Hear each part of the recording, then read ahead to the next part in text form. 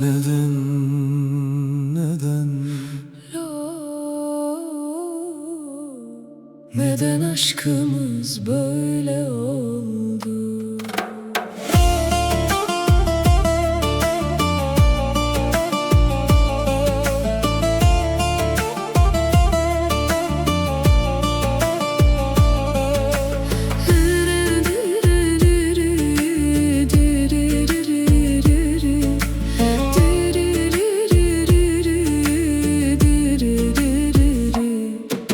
Lo, neden, neden benden uzak düştün? Yüreğim yandı, gülüşümü söndürdün.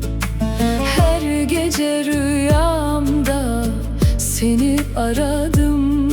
Sen gittin sessizce, Ben yarım kaldım. ben dedim aşkı biz hiç kırmayız. Sen dedin hayat kolay değil, dayanamayız. Lo, neden böyle beni Bıraktın sensiz hayat bütün rengini kaybetti. Lo, neden, neden aşkımız böyle oldu?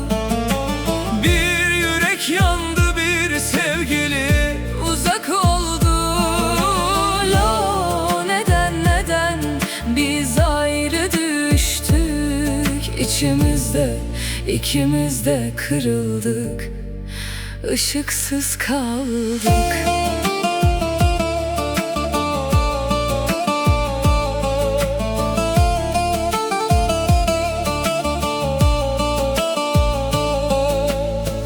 Lo, neden bir kez bile beni aramadın? Sözlerin buz gibiydi, ben de sessiz kaldım. Ben sana ışık olmak istedim. Ama sen gecem oldun, kalbimi kararttın. Sen dedin her şey bizimle kalacak. Ama gittin işsiz yolsuz, cevapsız uzak. Lo, ben senden hiç uzak değildim. Ama hayatın şartları bizi ezdi, bitirdim.